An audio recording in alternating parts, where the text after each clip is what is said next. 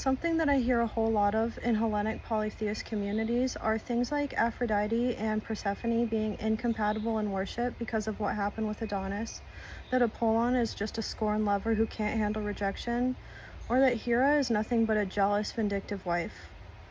And then on the far end of this, something I see even more often, I don't worship Zeus because of what he does in the myths. What all of these have in common is the same assumption, that myths are biographies and that those biographies are the whole of what a god is.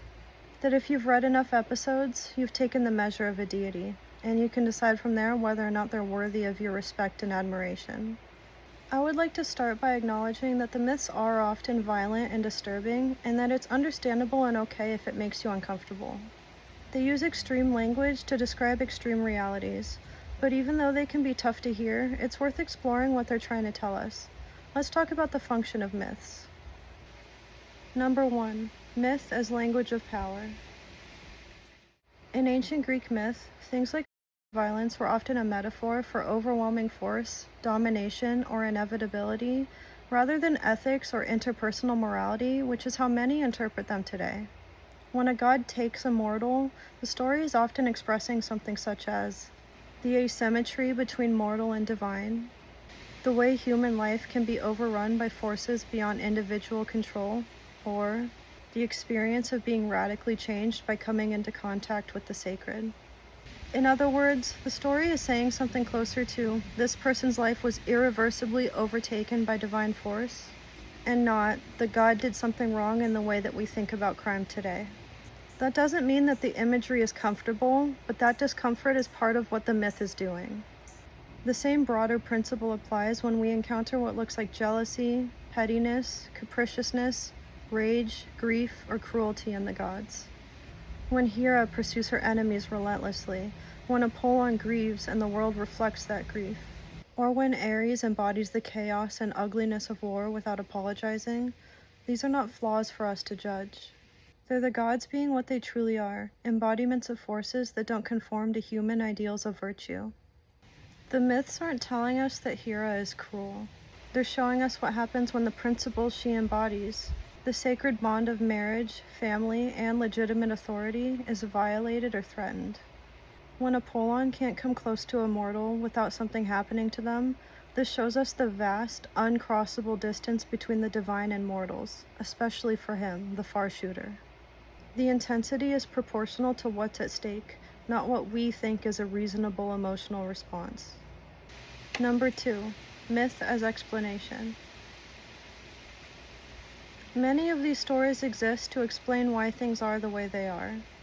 Why heroes existed, why cities and cults were founded, why certain lineages were protected under divine patronage, why the laurel is sacred to Apollon, why the horse belongs to Poseidon, why a particular animal or plant appears in a particular cult, why a spring or a grove or a hilltop is holy.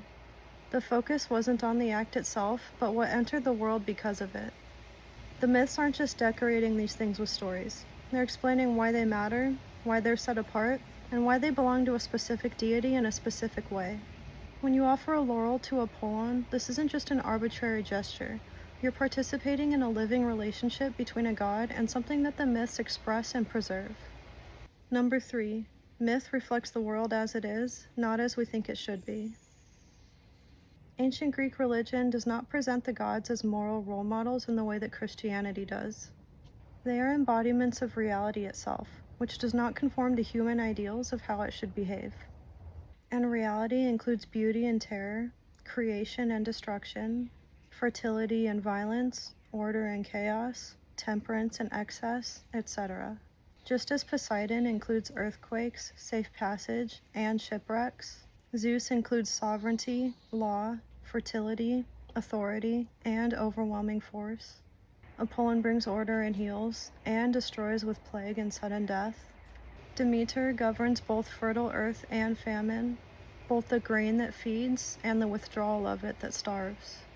Myths, instead of softening this, tell the truth in symbolic form. Number 4.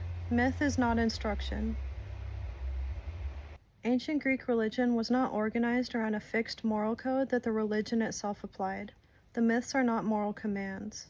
Hellenic ethics came from philosophy, civic custom, ritual practice, and concepts like sophrosony, xenia, and hubris, not from copying divine actions and stories. Number 5. Myth and cult are not the same thing. Let's use Zeus as an example. Why worship Zeus? Because Zeus in cult is not Zeus the character in every mythological episode. Zeus is the guardian of justice, the protector of oaths, guests, and social order, and the stabilizing force that keeps the entire cosmos from collapsing into chaos, among many, many other things, all of which demand respect. The people who won't worship Zeus because of the myths are applying a framework that the ancient Greeks themselves wouldn't recognize. Cult practice was never about moral approval of divine behavior and stories. Myths demonstrate the dangerous scale of divine power, and cult is how humans respond to that power with humility and reverence, regardless of whether or not every aspect of that power is comfortable to face. So when a myth uses imagery that is violent, petty, vengeful, or cruel, it isn't asking us to excuse or imitate it. It's using extreme language to describe what happens when human life comes into contact with forces that do not ask permission. Hellenic polytheism doesn't exist to make the gods morally comfortable for us. It exists to help us face reality as it is, approach power with humility, and learn how to stand properly before things that are greater than us. We are not promised a safe or sanitized universe, but we are given guidance on how to navigate it, teaching us how to live honestly in a world that is powerful, beautiful, dangerous, and sacred all at the same time.